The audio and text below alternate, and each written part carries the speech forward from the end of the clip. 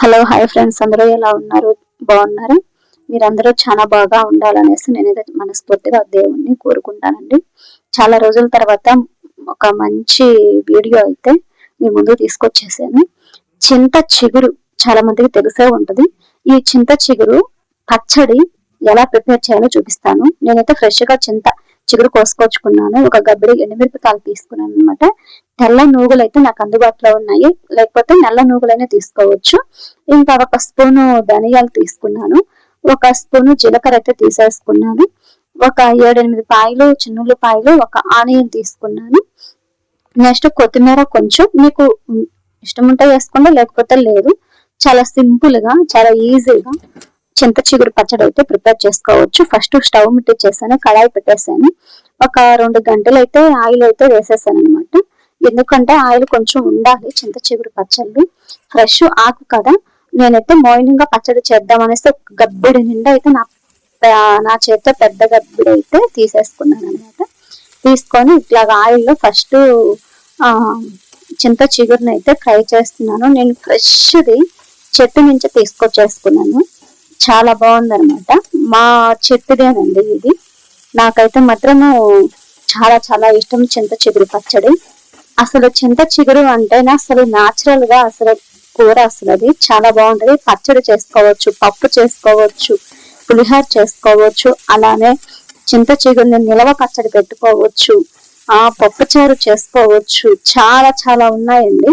ఇలాగా చెప్పుకుంటూ పోతే చింత చిగురుతో ప్రిపేర్ చేసుకుంటాయి రెసిపీస్ చాలా ఉన్నాయి అన్నమాట. చాలా అంటే చాలా ఉన్నాయి, కానీ మీకు పచ్చడిని అయితే చూపిస్తున్నాను అనమాట. ఇంకా చింత చిగురు బాగా వేగిపోయింది, అది ఒక బౌల్లో తీసి పక్కన పెట్టేసుకున్నాను. అదే కడాయిలో వచ్చేసి ఇంకా కొంచెం ఆయిల్ వేసేసి ఎండుమిర్చిని అయితే వేసేసి వేగిచ్చేసాను. అవి వేగిన తర్వాత తెల్ల నూగులు ఉంటాయి కదా, ఆ తెల్ల నూగులు వేసేసి వాటిని కూడా వేగిచ్చేస్తున్నాను. అవి కూడా వేగిన తర్వాత ముందుగా నేను చూపించాను కదా జీలకర్ర ధనియాలను కూడా అందులోనే వేసేసి వేగిచ్చేస్తున్నాను అనమాట. ఇంక ఇవి వేగిన తర్వాత తీసి పక్కన పెట్టేసేసుకున్నాము. పక్కన పెట్టేసుకొని రోటిని అయితే నేను శుభ్రంగా ఫస్టే కడిగి పెట్టేస్తున్నాను అనమాట.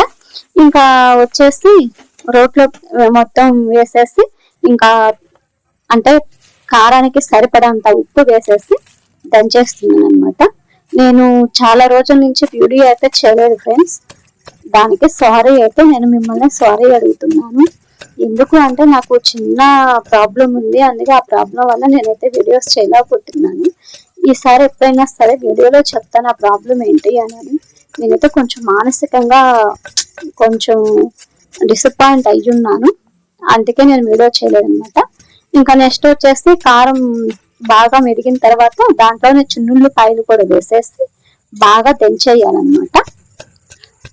ఇలా దంచుకున్న తర్వాత మనకి పచ్చడికి ఎంతైతే కారం సరిపోయిద్ది అనుకుంటే అంత కారం రోట్లో ఉంచుకొని రిమైనింగ్ కారం వచ్చేసి వేరే గిన్నెలైనా పెట్టేసుకోండి. ఎందుకంటే ఒకవేళ కారం సరిపోకపోతే తర్వాత అయినా సరే కారాన్ని కలుపుకోవచ్చు.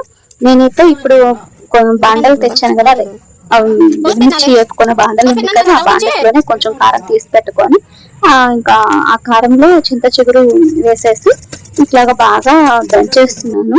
చాలా చాలా టేస్టీగా ఉంటది. అసలు ఎంత బాగుంటది అంటే అంత బాగుంటది అనమాట. కొంచెం చూసుకోండి, ముందే చూసుకుంటే అంత నా కారం సరిపోయిందా లేదని తెలిసిద్ది కదా. అలా ఒకవేళ కారం సరిపోకపోతే ఇంకొంచెం కారం వేసి దంచుకోండి, సరిపోయిద్ది అని అనుకుంటే ఓకే. ఇంకా అట్లాగొచ్చేసి మీకు కొత్తిమీర అంటే వేసుకుంటే మీరు వేసుకోండి, లేకపోతే లేదు. నేనైతే వేస్తున్నాను, వేగిపోయినా బాగానే ఉండిద్ది. ఇంకో కొత్తిమీర వేసేసి దంచేసాను కదా, కొంచెం వాటర్ అయితే బాగా వేసేసుకొని బాగా అంటే మన చట్నీ మనం అంటే అంత గట్టిగా కాకుండా అంత లూజుగా కాకుండా ఉంటది కదా, ఆ వేలో పచ్చడిని నూరుకోవాలి. తర్వాత ఆనియన్ కూడా అందులోనే వేసేసి ఇట్లా దంచేసేస్తే పచ్చడి రెడీ అయిపోద్ది. టేస్టీ చింత చిగురు పచ్చడి. ఇదైతే అసలు తింటే మాత్రం చాలా ఆరోగ్యానికి చాలా చాలా మంచిది అనమాట. ఐరన్ వస్తుంది, అలానే జీర్ణాశయం కానీ బాగా అవుతుంది, కాళ్ళు నొప్పులు కానీ ఇలాంటి చాలా చాలా ఉంటాయి అనమాట. నాకు కొన్నే తెలుసు. ఓకేనా ఫ్రెండ్స్, ఇంకా నా ప్రాబ్లం ఏంటి అనేసి అనుకుంటున్నారా? నా ప్రాబ్లం ఏందో మీకు తర్వాత ఒక వీడియోలో చెప్తానమాట. ఈ వీడియో మీకు కానీ నచ్చినట్లయితే లైక్ చేయండి, షేర్ చేసి చేసి అలానే బెల్ ఐకాన్ క్లిక్ చేసి ఈ పచ్చడి ఎలా కుదిరింది ఏంది అనేసి నాకు కామెంట్ సెక్షన్ లో కామెంట్ చేయండి.